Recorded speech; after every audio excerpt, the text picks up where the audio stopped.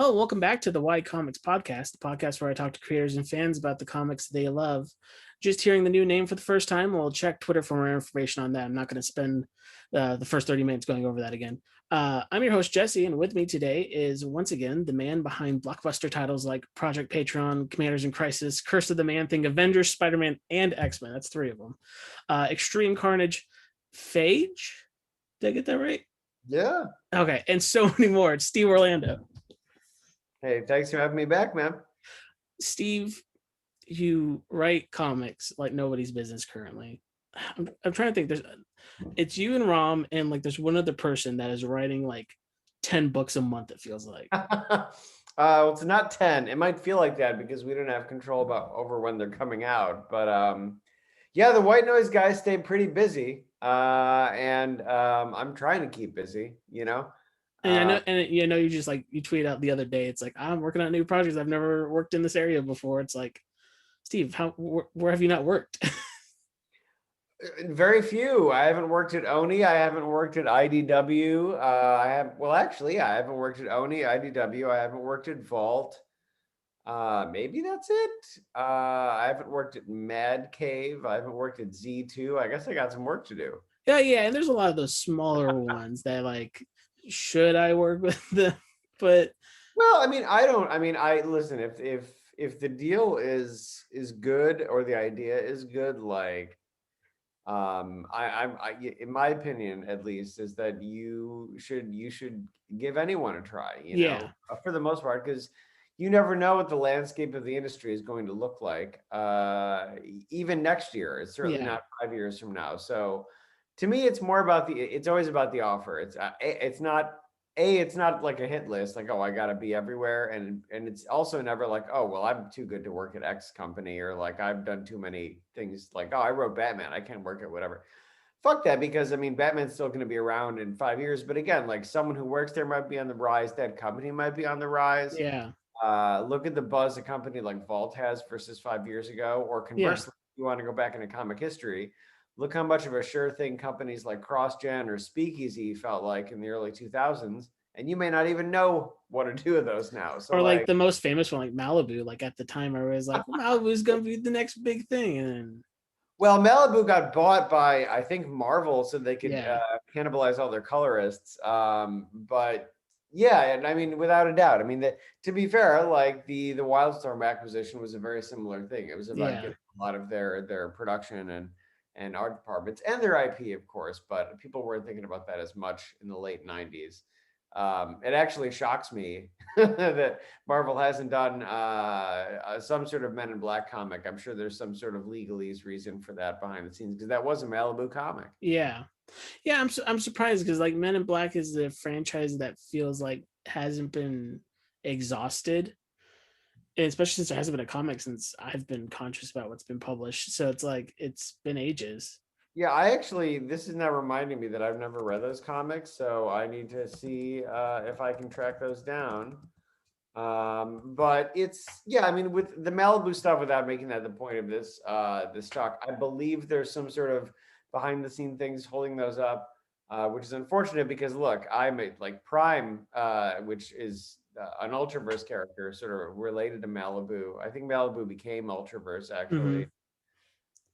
I loved Prime. That was my shit as a kid. I watched him on the cartoon, and and so if they ever brought him back, I would be there. But in the meantime, you might notice there's something very similar. I'm writing a teenager who turns into a goo monster that looks like an adult. So if I can't have Prime, we're adapting that dynamic for something else, and you might have seen that with our current take on Toxin. Um, I noticed something when I was like, I need to remember all of the stuff Steve does because I don't remember everything all the time. So I went to your Twitter account right before as I'm writing all the notes for the episode, and I saw in your profile, I've never seen it before. Ben 10 is listed in in your bio. When did you write Ben 10? I did an episode last year that I was out in season 4. It's on HBO Max now. HBO Max currently. HBO Max now sounds like some other version of that. Like, so all those like poppy words are all taken. Yeah. Yeah, no, I did an episode called Players of the Lost Park. early last year before the pandemic, and then it got animated and came out a couple months ago, and now it's up on Prime. Was writing TV, did it feel similar to writing just a normal comic, or did you have to put more effort into it, different effort? I mean, it's all. I mean, the nuts and bolts are always different for depending on the format you're working on, but the creativity is largely the same. The hardest thing for me was working in the all ages space and knowing sort of what comedy works, what sort of comedy doesn't. Yeah. And that definitely took some back and forth. But Man of Action, the guys that do Ben 10 are the folks that like brought me up in comics, so they were willing to take the time. Joe Casey, especially, helped me with that episode, and I'm really happy about it. My biggest dig at New Jersey did not get in. Very sad for me, since the whole episode takes place in Raspberry Park, New Jersey. Mm-hmm. But we got enough in there. So I want to move on to some of your new projects, because like it feels like every time we talk there's another 3 to 4 projects that have launched, and I mean that's the perfect timing to talk about all this stuff because it's fresh in your brain. I think Project Patreon is the most excited I've been about a single first issue in a minute. Your That's awesome. setup and execution of the whole premise in one issue, for me as a reader, just I mean as a reader, everybody's different, but for me it's like, okay, we got it, everything's here, everything is firing on all cylinders, and you've sold the buy automatically to the reader.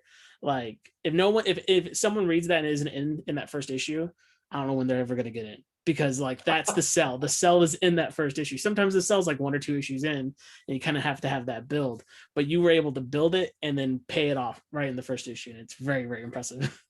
We can't wait for issue 3 for the sell these days. We things got to move quickly. No, I'm actually kind of not joking. Like I feel Yeah. like things move so fast in entertainment now that the slow burn book, it's not impossible to do, but it is a luxury. Yeah. So I think you have to really hit your thesis hard to lock people in. So I'm really happy to hear that. And it's just a book. It honestly, like I sort of hustled with it for a while. A lot of people sort of only saw it as a superhero book, but when you read it, you see it's honestly more like a Gundam or like a Yeah. Voltron type book. It's about the team behind the icon. So Aftershock got that immediately. They were super supportive. And it's just a dynamic that has been really interesting to me. It came together when I was, like a lot of people, did the Netflix release of Evangelion. Mm-hmm. I was like, how could I merge some of these sensibilities with some of the iconography and storytelling devices of especially the Silver Age of comics? And that's sort of where the book came about. And like that's kind of in a sense what they were originally trying to do with like the reign of Superman, like after uh Clark's death, is like all of these are like either genetically modified by like Lex Luthor, or they're a robot that we don't know it's a robot, or it's steel, or like it's all these different things, and it's like, yeah, why don't we just push that all into one idea and actually go for it instead of pulling the rug out in the middle saying no, Superman's still alive. Like because And as a kid, by the way, I was so sure that Eradicator was the real one. really, Um, is it because he had yeah, those cool? Is it because he has those cool glasses? You're like, Superman would wear cool glasses like that. yeah, I was 7, so that looked cool as hell to me. And I think I had some rationale. Um, that was obviously nonsense. I was like, oh, to come back to life, he would have to pass through the sun, and he hurt his eyes, so he needs the glasses now. And I was like, okay, all right, Steve. You're not far off because he has the suit to give him more sun juice. So But I was not in Dan Jurgens' head when I was 7 years old. But yeah, no, I mean, it's funny. I just like that event was so pivotal, and like a lot of things that we do when we step away from licensed work, I wanted to examine a moment like that without any rules. yeah, And it's been really fun. Patrick Piazzalunga has such a I love how sort of unexpected his style is. Like we could have gone with someone very manga influenced or very 1960s, influenced, and we decided to take a pivot and use someone. To me he looks like the classic Dylan Dog type artist. Which yeah. I felt like kind of in the middle of both of those. And like it's not what you expect for this type of book, and that has been all the more pleasing to me. He nails the comic book action, and in later issues, he nails my like I would say Grant Morrison, Peter Milligan influence type villains that start showing up. So Patrick's been great, and man, it's just crazy to me. Yeah, I you never know what to expect with the first issue. Yeah. Um, because I like everything. None of us put a book out there and we're like, well, here's the crap one, Yeah. So like, Yeah. so it's been really exciting to connect it with people. And the thing is, like, with that first issue, and I'm going to try my best not to spoil the first issue at all, but I might say some big spoilers. So if you haven't read it, don't listen to the rest of this. I But mean, issue 2 is out like next week, so at this yeah, point, I feel like if something squeaks out, that's okay. but for me, when you pitched it originally, you're like, what if Superman is actually dead and the person running Superman is the government? I'm like, okay, that's a cool premise. I'm already sold on that premise. And I'm reading the first issue, and I see the one guy. Okay, that guy's probably going to be a spy. Okay, this is good. This is good. This is going to be a slow burn of them trying to figure out who the spy is. Something's going to happen eventually. But then it ends with the character that you've been building the whole issue. Like some bad happens to that character. You're like, all right, so we're not slow building to this. This is just going to happen, and then we're gonna have to jump into all these other characters that you like laid out to the sides. And like, these are the ones we're actually gonna flesh out. This guy, he's gone now. he's out of commission now. And I know like you probably will flesh out his stuff more later on, but like it felt like a nice juxtaposition of like not knowing who you're actually supposed to be following in the book. Well, you're gonna find out what happens for sure. Otherwise, Yeah. we're doing it wrong. But no, that was my hope. Like we gotta go as hard and fast as we can. I think everyone from my generation at least is chasing that Thunderbolts reveal. Yeah. We can't do that every time, but like you gotta get people, you gotta lock them in. So when I realized we could really like build this powder keg and then blow it up, why wait till later on? You gotta. It reminds me, and I want to say it was your first issue of Justice League of America, where didn't you blow Lobo's head off like in the first issue? I can't remember. I certainly did some wild shit to Lobo in my life. Yeah, I just remember the first issue. I'm just reading, and Batman blows off Lobo's head, and it's like, oh, okay, this is the tone we're going for this. He's like, I know you'll come back. I'll just do it right now. That does sound like something I would do, doesn't it? Yeah. And it feels like including Commanders in Crisis in this with your independent works with these two, like there is a moment in the first few issues of Commander in Crisis you're like, oh, Steve's going for this, he's going for the concept fully, he's not letting anything on the table. And I think you're not the only one doing it, but you're one of the few people that I see openly doing it. The people try to be very sly about like going to that extreme or like slowly building to that extreme, and Steve's like, no, this is what I want to do. So you're getting it right away. Well, especially with Commanders in Crisis, that I mean, that it's a comic book. Yeah. I'm not like I that's not going to be a TV show. It's not going to be X, Y, and Z, and that's okay. It was made to be this sort of love letter and critical eye on everything we take for granted in comics. So with that in mind, yeah, I wanted it to be I mean retro modern. It's not that's a shitty buzzword, but Yeah. the storytelling style is Silver Age. A lot happens, a lot of characters come in and out, but the concepts and the themes are very modern. Yeah. And in the middle of it too, because we're now like past the halfway point of the series, because it's 12 issues, right? Yes. Yeah, so we're past the halfway point, and you started off as a very interesting concept of like, what if empathy dies, and like what if we're on the worst planet, like this is the worst planet of them all. And then now it feels like that is shifting though, like that's still the focus, those things are still happening, but the characters are shifting to be more about each other and more about interacting with each other more than like saying we got to save everybody. It's like, well, we got to save each other kind of at this moment. We got to save this team, we got to save who we are. For the moment, yeah. And I think, the other thing is we've shocked you and given you the assumptions of what like the death of empathy would mean. Yeah.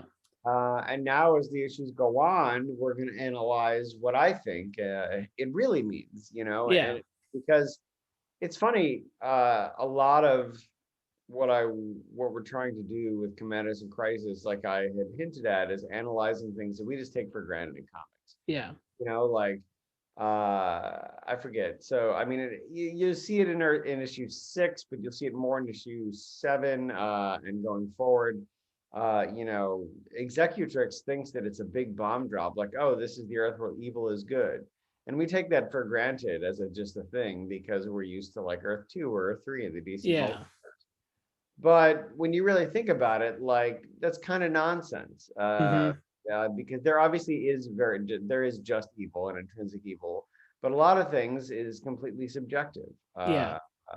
And the idea that an Earth could just be tilted towards evil is it's something we think makes sense as comic readers and as sort of big idea people. But then when you actually think about it, it's like, oh well.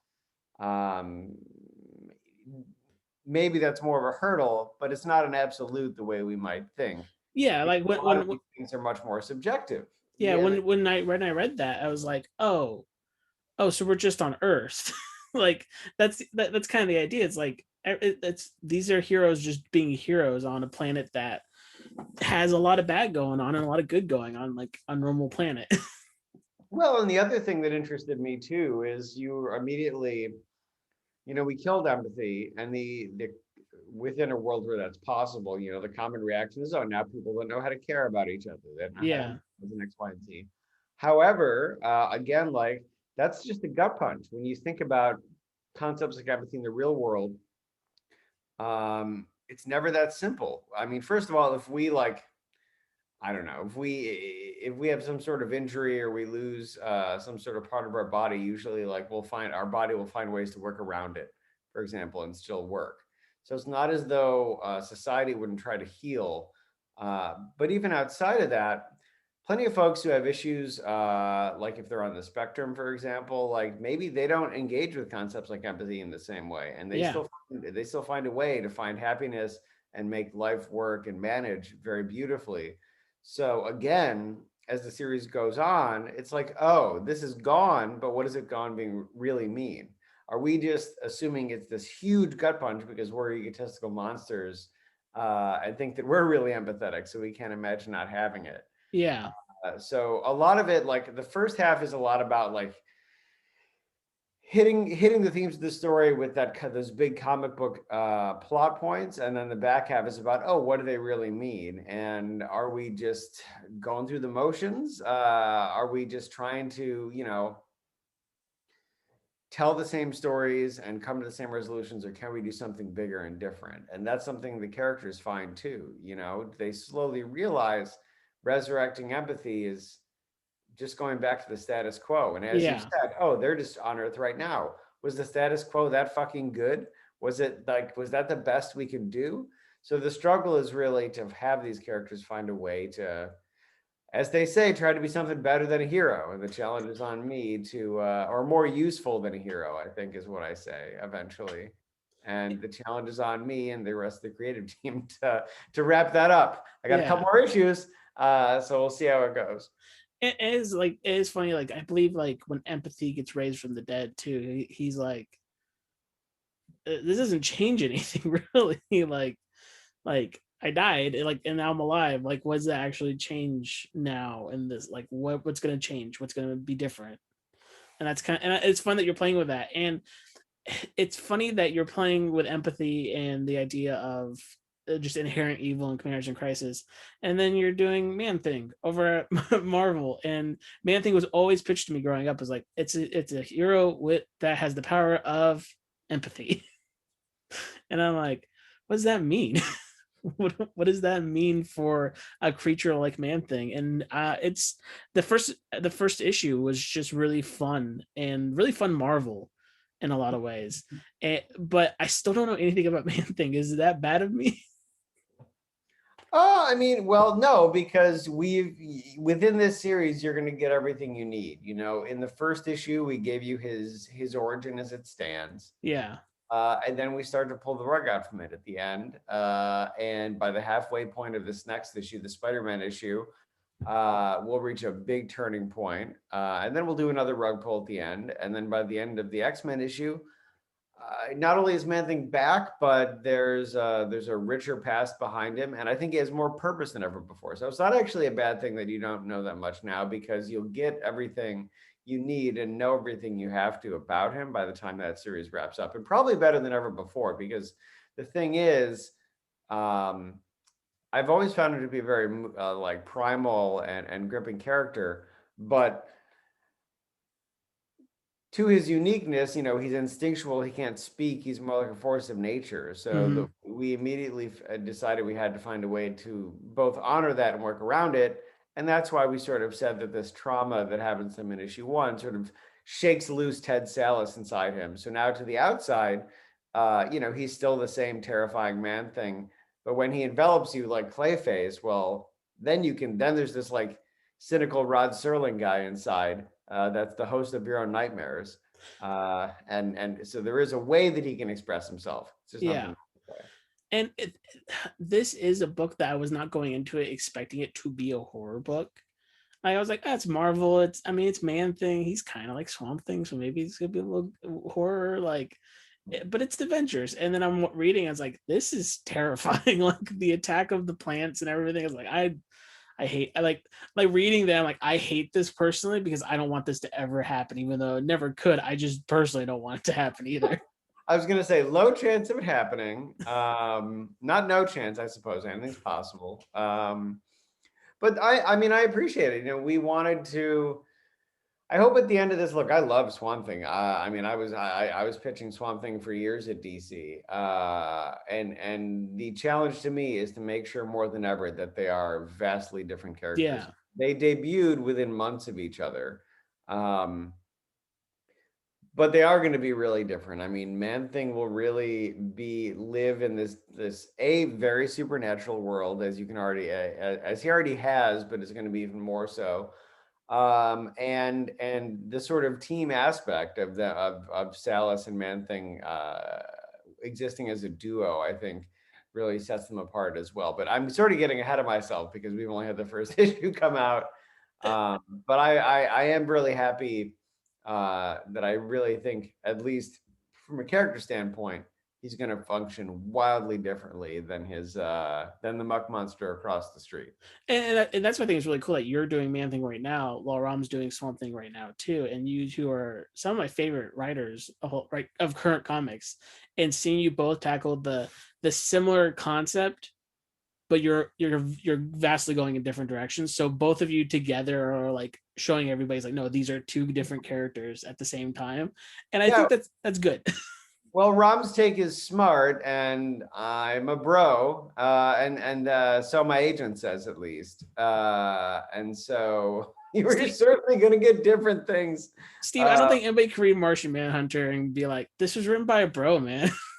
I mean, I'm with you, my friend, but I've been called the gay bro of comics by my agent. I'm like, well, I'm actually the bisexual, I guess, semi bro of comics, but I guess the bro card, if you just follow you on Twitter and seeing all the WWE, it's like, okay, that's the bro part.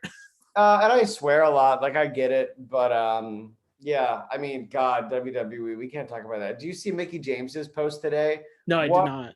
Oh, how terrible. I mean, everybody knows that VKM is a fucking maniac, but she just posted that they sent her all of her shit in a trash bag in a box after releasing her. I see. I don't follow it closely because I have a lot of friends that follow it, and I'm trying my hardest to get into it so I can talk to friends about it. Because I always feel bad when I can't talk to my friends about something. But I saw that, and I'm like, oh, everybody loves her from what I can see. Why would you ever release her from a contract while she's in the middle of like her height?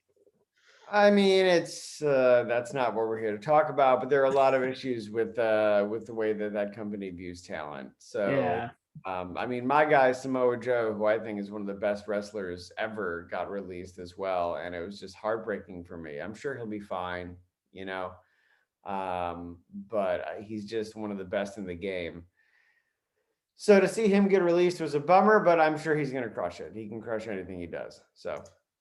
Uh, one more thing about Man-Thing though, before we move on, it's like, what comes next with you and Man-Thing? Is you say he's gonna be the more established and he has been in a long time in the Marvel universe, but are you gonna be done writing him after this, or do you have more plans that you want to hopefully get to Marvel? I mean, look, I'm always going to be honest with you guys. Like, we certainly have a concept, and we set up a way that he can function in the Marvel universe at the end of this that I think is really exciting. And we have an idea and the Man Thing editorial team wants to do it. A lot of what's going on at the Big Two right now is about the fact that the pandemic is still going on, and they're not publishing quite as many books. So I hope that I'm able to do it. But half of it is not even about like, is this a great idea? It's about like, do we have a slot for it to be published this Yeah. year? So I hope we can come back. I want to, and we have an idea for it that's simmering right now. And there's a lot of sort of variables about it. And a lot of them are out of everyone in creative's control. So I hope we can do it soon. If I get another series at Marvel, I'd love to have him at least guest if I can't do this miniseries that's coming. But, you know, if you don't see it, it doesn't mean I don't have ideas, and it doesn't mean everyone in editorial wasn't on board. It doesn't even necessarily mean Marvel wasn't on board. It just means that, it's a wild time in publishing, totally unlike anything else in my career. So I actually have a lot of ideas in right now, and I don't know which you'll see first. And it's an interesting thing to talk about. But I mean, look, I was supposed to debut on Darkhold, and then Miss Rona stepped in, and now that book still isn't out, but it's coming. That's what I Okay. I'm glad you said it's coming, because I'm like, I was really excited about that. It's coming. That's what I can say. And I mean, and I'm way less naughty than Kian. Kian is just posting inked pages he's drawing from it on Twitter. So like, anytime people ask me about it, I'm like, just go over there, man. Like the official line is it's coming, but also you can see that it's coming because he's drawing. So. I'm excited because I think one of the things I do miss out of your current lineup of books coming out is like, I want more magic, Steve. I want Steve doing more My magic. boyfriend tells me magic every day. What are you talking about? I want to see you explore like the myth, like the magic and mythic side of comics, just more in general. Because a lot of these books are very like either just straight capes or very sci-fi in a lot of ways. Because I think about gosh, what is the book you did with TKO? Pull is fantastic, but it's just heavy sci-fi in a lot of and the whole series. So it's like, what is a full-on magic book look like? Yeah, well, I would love to. I mean, there's like there's excuse me, supernatural weirdness coming in Comedic Crisis, but not full on magic. Like we have I mean, that book is more about like character sketches and studies that are interesting to me. We do have Dr. Dracula, the world's first psychokinetic super taster. He appears in, I think, issue 9. So that's fun for that. But I do like that stuff a lot. I mean, Dr. Fate is one of my favorite characters. It bums me out. And so is the Spectre, and neither of them are people I got to work with. However, there are echoes of that and things that I have been working on. I mean, listen, Darkhold is written, and I hope it comes out soon because it's just like, I'm so proud of what we do with Wanda there. Mm-hmm. She is just has so many great moments.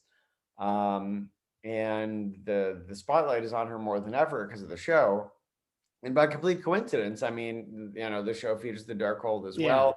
And now we get to show people a chance that we get a chance to show people what makes this original version even worse. Because when you look back in the lore, the Darkhold that's been passed around Marvel for so long is a copy of a copy.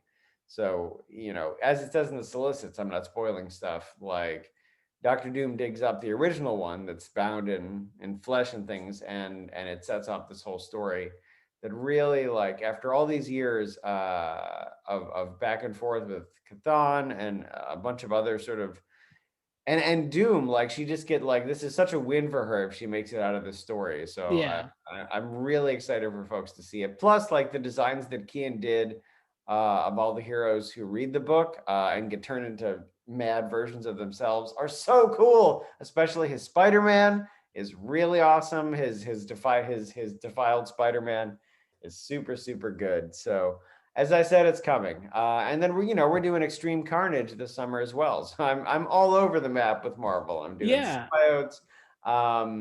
We launched the new take on Toxin.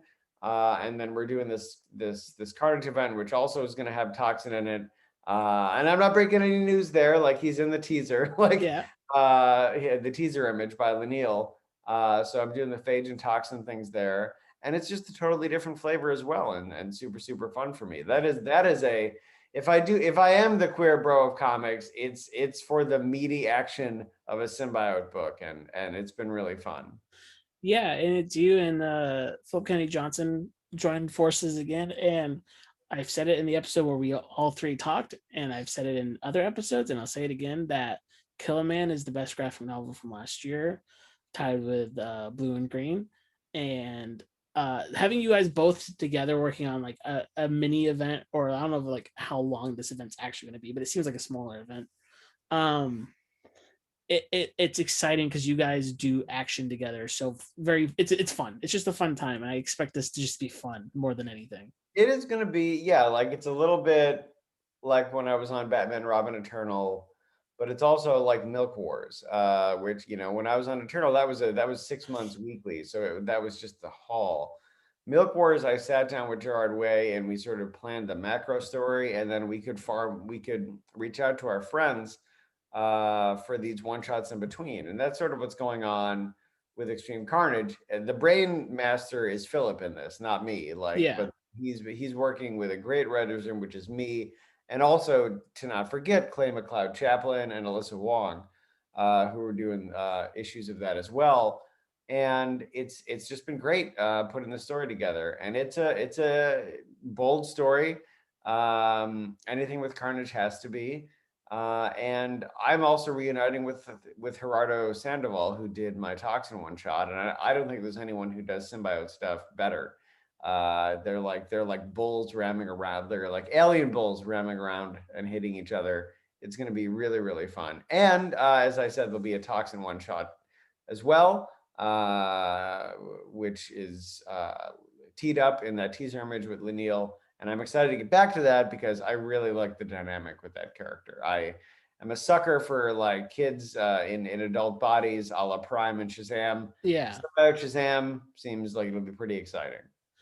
Is there anything about the story that you could talk about other than what's in the solicitation, or is just that still tight? Like no one can talk about that yet.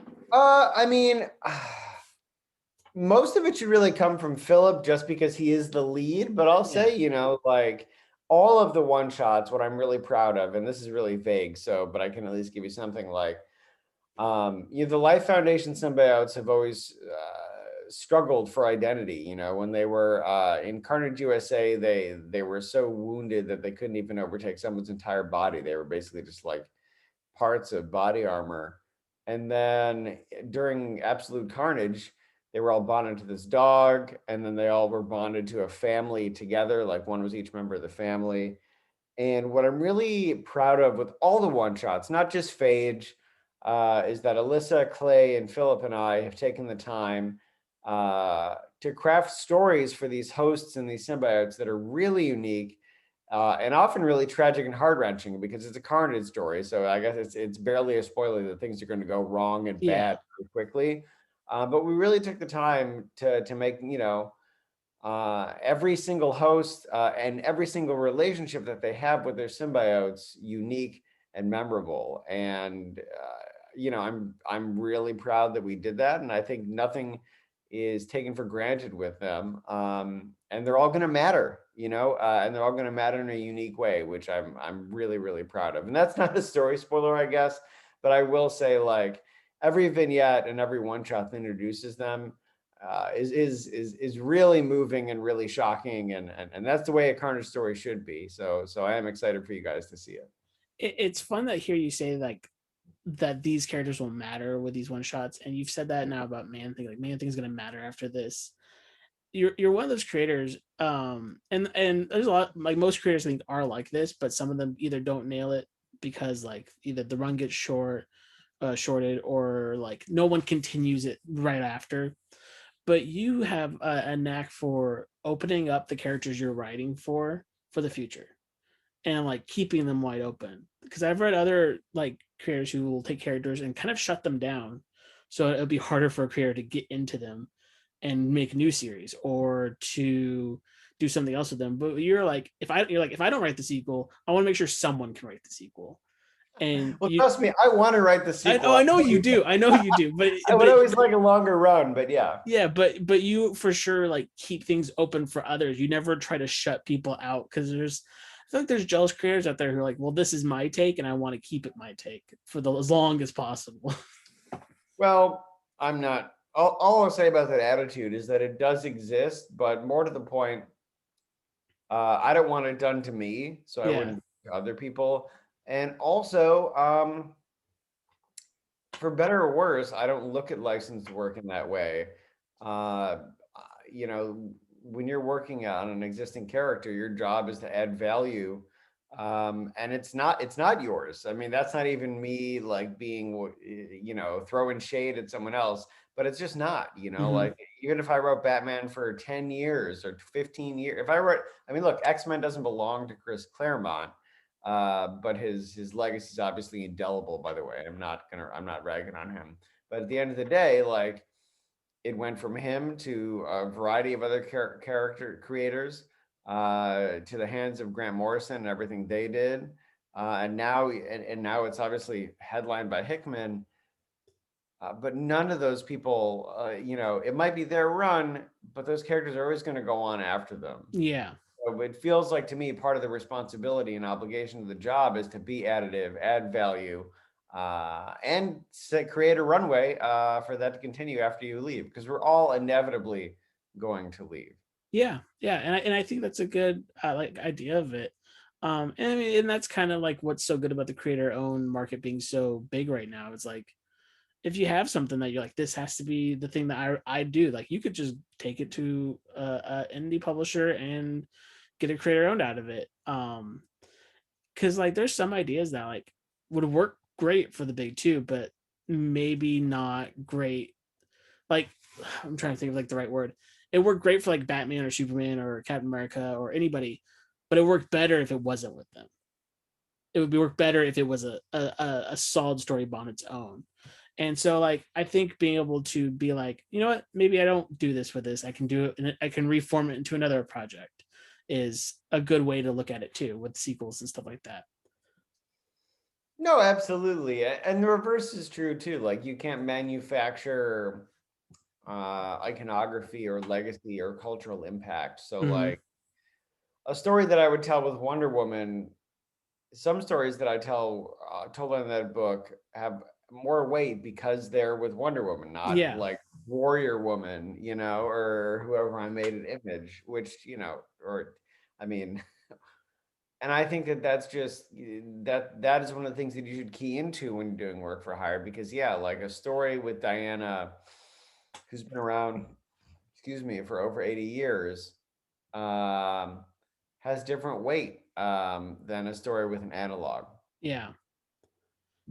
So Steve, before I move into some quick question and answer with you, I want to know like what did you have coming up that you want to talk about if you can't talk about anything else that's coming up, because I feel like we're talking about a lot of the stuff that's currently happening, but what's coming next?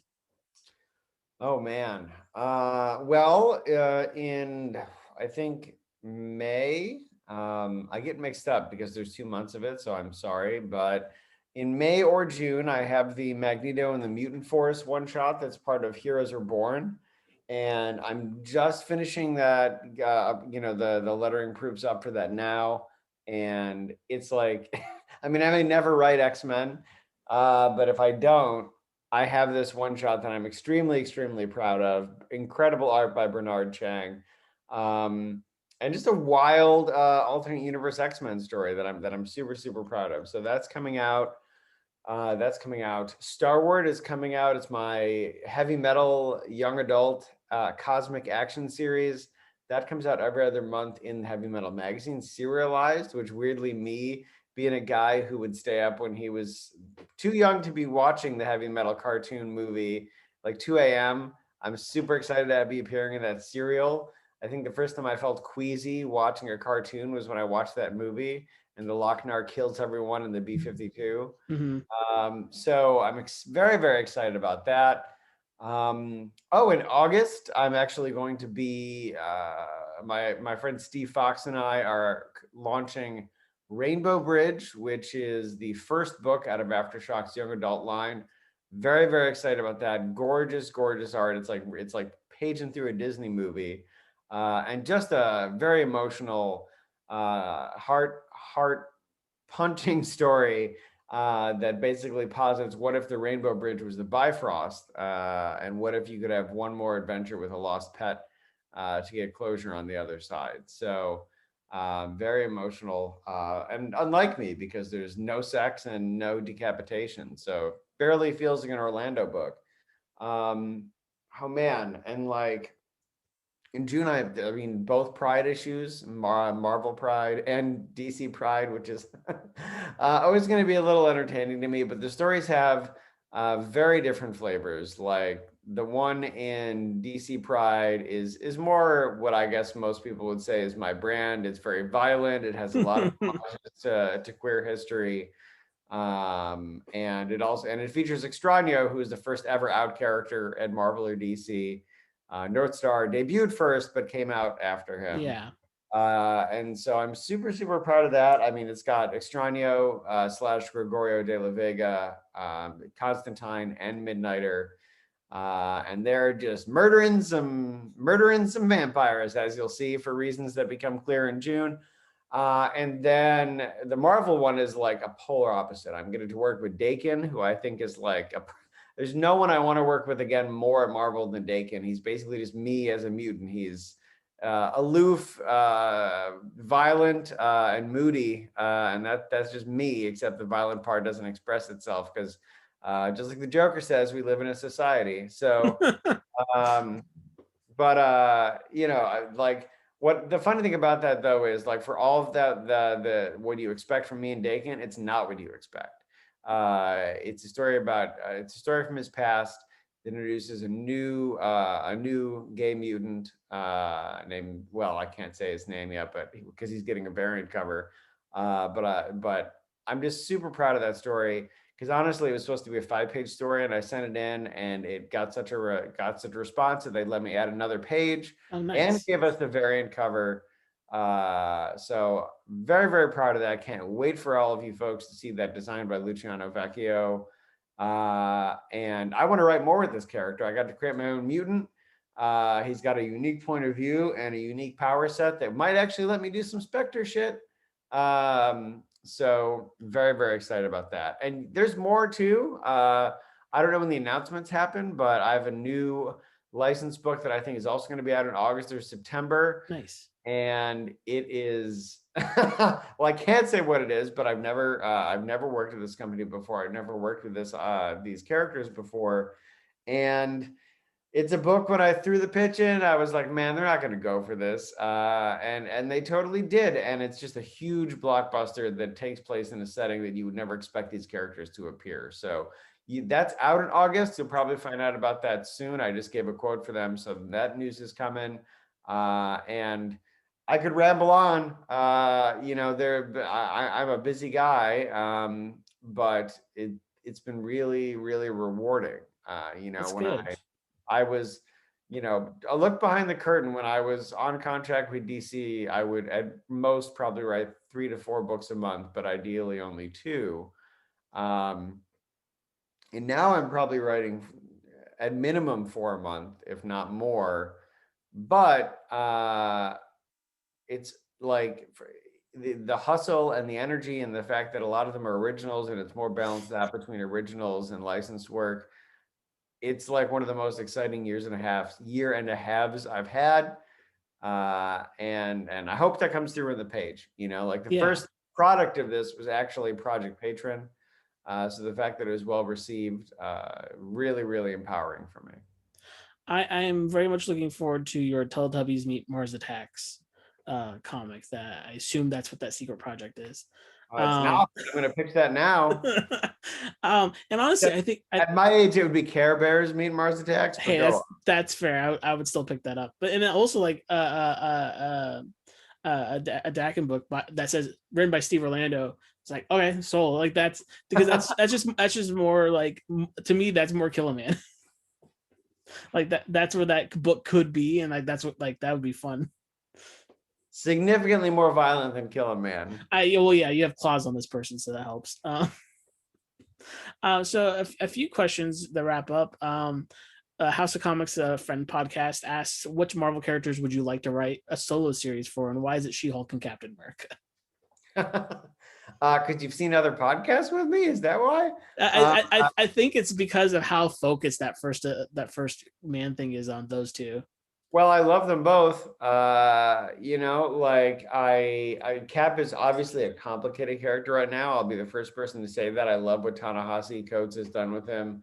But he is my favorite Marvel character. That at least my favorite A-list Marvel character. Like my favorite Marvel character is probably Captain Universe, which is why I was living during King in Black. But my favorite character that people actually get behind is probably Captain America.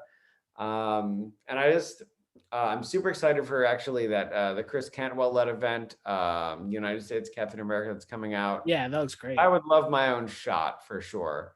And She-Hulk, I mean, I grew up grabbing the Burn series out of quarter bins, and she's just really fun. I mean, I gave her, yes, for people who read the first issue, She-Hulk with a baseball bat, and her calling him Tiny Wighead and saying it's a nice neighborhood for her to smash. That's just a Triumph the Insult comic dog joke that I subbed another word in for. Welcome to my process. But no, she's just been a joy. I really, the combination of speaking like the Hulk but maintaining her full cerebralness behind things is just very pleasing for me. So I would love a crack at those. Tell you what I really would like to do is Inhumans, because I think that with how amazing both the Mutant line and the Eternals book is, it is a challenge that I hope I'm fucking up at the task force someday, to now step in and look at this other classic Kirby creation and show how they matter and how they're different. And I've got ideas. I'm not getting into that now, but I think that the strength of the work in similar concepts between Eternals and Mutants begs an even greater creative challenge within Humans, and I'm gonna fucking be there for it. Yeah. And the next question is, how do ideas usually hit you? I know you talked about earlier that the Project Patron kind of hit you while you're rewatching Evangelion, but where do they hit you in all just random ways, or do you have a certain place where like the idea finally forms? There's no one way. But what I do is, I have even half an idea, I write it on my hopefully too far away to really be read. Oh, it's very blurry. You're good. Idea board back there, and like when it comes, I just write it down, and like sometimes there's something, and sometimes there's nothing. Like sometimes there's just a word that I think is, or a phrase that I think is fun, like ID Aliens, which is up there, and I don't even know what that book is, but I write it down, and maybe I'll know someday. And then there are books like, let me see. I think there's a couple that I've sold, so I can tell you what they were called up there. Well, actually, no, that's all fresh stuff, so I can't get into it too much. But yeah, like I put fragments and titles and log lines down there. And then if I'm ever at a loss, I look to it. But I'm lucky in that I sort of have no shortage of ideas. I'm also incredibly spiteful, so I also keep my my rejection letter from 2003 right in front of my writing desk. Oh, that's great. So I have the freshness of my ideas back there, and then if I ever don't have any, I just look at that rejection letter from the Epic Submissions editor, and I'm like, "Fuck you! I'm still here," and something comes to me. So. And last, spite. That's how. Spite is a good. Hey, spite's a good motivator. I've heard a lot of writers say spite's the reason they are still writing. The last question though is, and it's funny that we brought it up. We brought up wrestling a little bit before.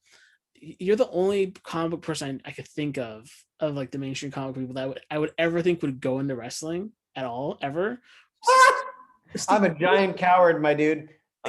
Would you ever try though? Would you ever want to like put your foot in the water? No. I mean, I'm pretty clear about that. I'm never taking a bump. I've been hit in the face 3 times in my life. All 3 times were terrible. So I would like, conversely, I would like a chance at booking and writing a show. Like I've thought about, I don't know. I mean, I'll in like 4 years, I'm about to turn 36 in August. So I was thinking maybe for my 40th birthday, I would do like a charity wrestling show and try to hire people.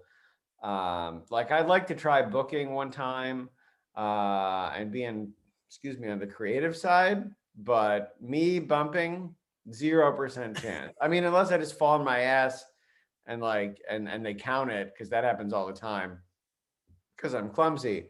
But I don't know how people do it, you know? Like it's easy, it's one of those things like it's easy for you to say, or not you, but it's easy for us Yeah. to say, like, oh, like they know how to fall. Oh, like it's just an act. They're not really hitting each other. Well, maybe they're not, but also like I can't do more than 25 jumping jacks. So I certainly couldn't bounce around a ring for 40 minutes. Yeah. Like yeah, it's I am very comfortable in saying that I'm a spectator at best and a peanut gallery at worst. But I if I get into the ring, it'll be to take pictures. I think, Steve, again, thank you for coming on once again on the show. Where can people follow you for all the updates of all the books coming out? The best place is the place you mentioned, Twitter. It's the.steve.orlando. Oh wait, I'm sorry. That one is what I am on Instagram. On Twitter, I'm just the Steve Orlando, and then on Instagram, it's the.steve.orlando. And you'll get a little bit of both, but Instagram is a little more personal. I still talk about comics. I talk about sort of my fitness and diet journey as well. If you really just want the comics and me saying things like, haha, fuck Josh Hawley, because that guy sucks. Yep. What a piece of shit. Like, you'll get that on Twitter, and that's probably where you should go. And for this show, you can follow us on Twitter now at YComicsPod, Facebook at facebook.com/YComicsPodcast. Email me at ycomicspodcast@gmail.com. And if you have any questions for future guests, want to be a guest on the show, or just have a story about how comics impacted you and you want that read live on the show, you can reach me at any of those places. If you like this show, please leave a review and tell a friend. And logo for the show is by Andy Manley, and the banners are by my friend Steven. Theme is Join the Restaurant by David Szesztay. And remember, everybody, that Captain America punched Nazis. Have a good night.